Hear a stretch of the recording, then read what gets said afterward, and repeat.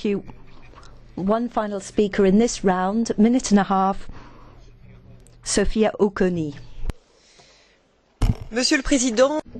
Thank you, President. Commissioner, dear colleagues.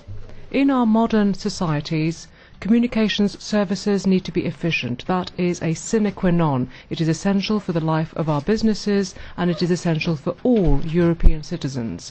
The liberalisation of the postal market is therefore a genuine challenge from that point of view for this activity sector, bearing in mind that we have technological developments, we have an economic crisis. All of this really has made things more difficult for traditional postal operators.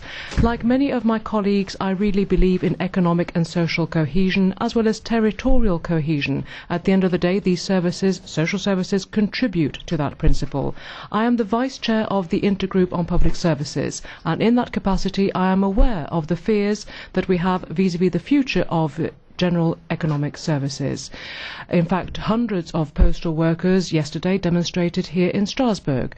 As far as I'm concerned, the liberalisation of the postal market should not happen to the detriment of the working conditions and the quality of services provided of people in this sector. The 2008 directive would like to have a quality service with competitive prices and it would like to generate jobs. But for that we need to make sure that the law is scrupulously implemented, particularly when it comes to the universal service obligation, of course. In addition to that, postal service providers should develop their activities, diversify them, and also their sources of revenue.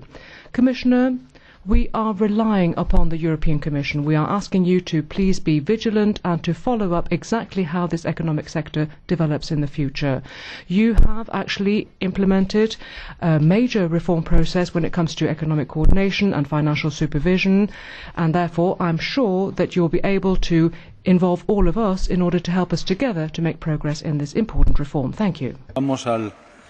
Thanks very much indeed. That brings us on to Catch the Eye.